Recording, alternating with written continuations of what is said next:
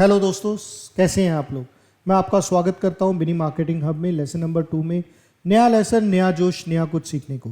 दोस्तों, lesson number 1 में I am sure आप सबको अच्छे से सब कुछ समझ में आया होगा। मैं एक बार रिकैप कर लेता हूं, फटाफट क्विक रिकैप। हमने सीखा सेल्स एंड मार्केटिंग क्या होती हैं, इन दोनों टीम्स के रोल्स क्या क्या होते हैं, ये दोनों टीमें कस्टमर से कैसे बात करती हैं, कैसे कम्युनिकेट करती हैं। हमने आगे देखा फनल्स के बारे में, पाइपलाइंस के बारे में। हमने आगे देखा लीड्स क्या होती हैं, लीड जनरेशन कैसे की जाती है। उसके बाद हमने देखा लीड्स को जनरेट करते हुए हमें कौन कौन सा डाटा प्रोक्योर करना है कस्टमर का, जो लेना है हमने। फिर उसके बाद हमने देखा कि इन लीड्स को नर्चर कैसे करना है। चलिए आगे चलते हैं। अब बात करते हैं इन लीड्स को जनरेट कैसे किया जा सकता है मेटा से। मेटा क्या है? मेटा के 3 पार्ट हैं, फेसबुक, इंस्टाग्राम और व्हाट्सएप। जब हम आज लीड्स की बात कर रहे हैं, बिजनेस की बात कर रहे हैं, तो हम लोग यहाँ पर व्हाट्सएप बिजनेस की बात कर रहे हैं। देखिए, सबसे पहले तरीका है इंस्टेंट फॉर्म्स। अब इंस्टेंट फॉर्म्स क्या है? आप भली भांति से इन इंस्टेंट फॉर्म्स को कभी ना कभी आपने देखा होगा और आप भली भांति इससे परिचित हैं। देखिए, इंस्टेंट फॉर्म कुछ आपको इस तरह का दिखता है मेटा में। आपको कुछ ऐड दिखी, साइन अप का, नो मोर का कुछ बटन आया, आपने उसको नेक्स्ट किया। जब आप नेक्स्ट करते हो तो आपका एक डाटा प्रीफिल इनको ऑटोमेटिकली फॉर्म उठा लेता है और आप सबमिट कर देते हो। प्रीफिल ये डाटा कैसे आता है? जब आपने फेसबुक प्रोफाइल बनाई थी अपनी, उस टाइम आपने डाटा दिया था फेसबुक को, आपका नाम, ईमेल आईडी, फ़ोन नंबर। अब ये डाटा आपका ऑटोमेटिकली फेसबुक उठा लेता है इस इंस्टेंट फॉर्म में, और आप जब सबमिट करते हो ये डाटा लीड के रूप में उसके पास पहुंच जाता है जिसने ये एडवर्टाइजमेंट दी हुई है, और वो बंदा आपको कांटेक्ट कर सकता है। राइट, आसान है। चलिए, अब इसके देखिए 2 फायदे हैं, ठीक है, और एक छोटी सी कंसर्न भी है। कंसर्न है तो उसका इलाज है। फायदे क्या है? देखिए, सबसे पहला फायदा इजी टू यूज। जब भी आप कोई भी प्रोडक्ट बनाएं, कोई भी सिस्टम तैयार करें, एक चीज का ध्यान रखिएगा, कस्टमर आज की डेट में इजी टू यूज चीज़ें ढूंढता है जहां पर उसे मेहनत ना करनी पड़े। तो यहां पर इजी टू यूज है, प्रीफिल इंफॉर्मेशन आती है, उसको नेक्स्ट 2 बार करना है, सबमिट करना है एंड डन। आपको कोई लैंडिंग पेज नहीं बनाना, आपको कोई वेबसाइट नहीं बनानी, कुछ नहीं बनाना, और ये इंफॉर्मेशन ऑटोमेटिकली फिल हो जाती है। कंसर्न, इसमें कंसर्न एक आता है, जनरली जो लोग ऑलरेडी फेसबुक मेटा पे ऐड दे चुके हैं उनको ये concern I am sure relate करेंगे। वो लोग कई बार बोलते हैं जी गलती से हो गया था, मैंने नहीं किया, या गलती से दब गया था। होता है, क्योंकि जब आप चेक कर रहे हैं, आपने बटन दबाया तो वो डाटा निकल गया, होता है।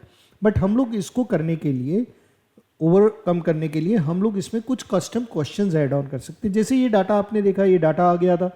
अब इसके बाद जब ये नेक्स्ट करता है, इस डाटा के बाद कुछ हम लोग पर्सनलाइज क्वेश्चंस डाल सकते हैं। जैसे मैं बात करूं, हम लोग बात करते हैं, एग्जांपल लेते हैं किसी ट्रैवल टूर का, ठीक है। सपोज मैं कहता हूं एक ऐड हमने डाली, कश्मीर चलिए जी, घूम के आइए, कश्मीर का पैकेज हम इतने में दे रहे हैं, कोई ट्रैवल एजेंट है, राइट। अब जब उसने डाटा डाला तो डाटा में ये डाटा तो प्रीफिल हो गया उसका, जब उसने नेक्स्ट किया तो नाम, उसका फ़ोन नंबर, ईमेल आईडी आ गया, बट गलती हो सकती है। तो गलती हटाने के लिए हमने क्या किया, हमने जब वो नेक्स्ट करेगा तो हमने उसको क्वेश्चन दे दिया। क्या क्वेश्चन दिया? साहब आप कौन से मंथ में जाना चाहते हैं, ठीक है, आपके साथ कितने लोग जाना चाहते हैं, आप बस से जाना चाहते हैं, प्लेन से जाना चाहते हैं, ठीक है। ये जब हमने डाल दिया, हमने बजट डाल दिया, बजट आप कितना रखना चाहते हैं, ठीक है। अब वो क्या कर रहा है, कस्टमर यहाँ पर डाटा खुद से फिल कर रहा है और फिर सबमिट कर रहा है। जब उसको 2 बार ये डाटा फिल करना पड़ेगा और सबमिट करना पड़ेगा, तो हम लोग ये मान के चलते हैं कि जो वो फॉर्म दे रहा है, इंस्टेंट फॉर्म दे रहा है, वो हाई इंटेंट इंस्टेंट फॉर्म दे रहा है, यानी उसकी इंटेंशन जो है वो ज़्यादा है, वो गलती वाला नहीं है। तो ये फील्ड बाय मिस्टेक वाला जो रहेगा ये खत्म हो जाएगा या कम हो जाएगा। चलिए, दूसरा तरीका क्या है?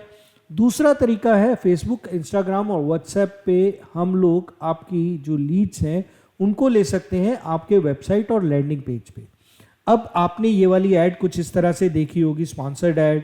तो आप क्या करते हो, जब यहाँ पे क्लिक करते हो तो आप एक अलग वेबसाइट पे पहुंच जाते हो या अलग लैंडिंग पेज पे पहुंच जाते हो। आप वहाँ पर जाके उस प्रोडक्ट के बारे में डिटेल में इंफॉर्मेशन लेते हैं। जब आपको डिटेल में इंफॉर्मेशन मिल जाती है तो आप उस प्रोडक्ट को बाय कर लेते हैं या आप इंक्वायरी डाल देते हैं। तो आपका ये फॉर्म हो जाता है जिसे हम इंफॉर्मेशन आपकी ले सकते हैं, आपका डेटा ले सकते हैं, आपकी लीड जनरेट कर सकते हैं थ्रू वेबसाइट और लैंडिंग पेज। तीसरा तरीका बहुत ही आसान, अगेन जब भी हम ऐड डालते हैं तो हम लोग जो CTA डालेंगे, CTA मैंने पीछे बात की थी, CTA होता है कॉल टू एक्शन बटन।